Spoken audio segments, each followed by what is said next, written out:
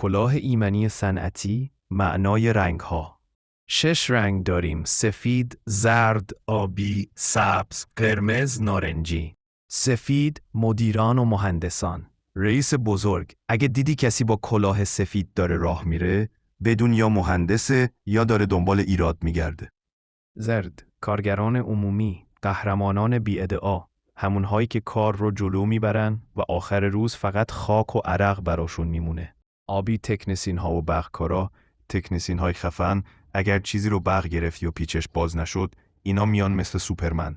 سبز، مسئول ایمنی و بهداشت، مراقب جونت، با اخم همیشه بهت میگه کلاهت کو. قرمز، آتش نشان یا مسئول اضطراری، اگر دیدیش یا داره تمرین میکنه یا واقعاً یه چیزی آتیش گرفته. نارنجی، بازدید کنندگان یا کارگران موقت، اینها معمولاً یا گم شدن یا دارن دنبال سرویس بهداشتی میگردن.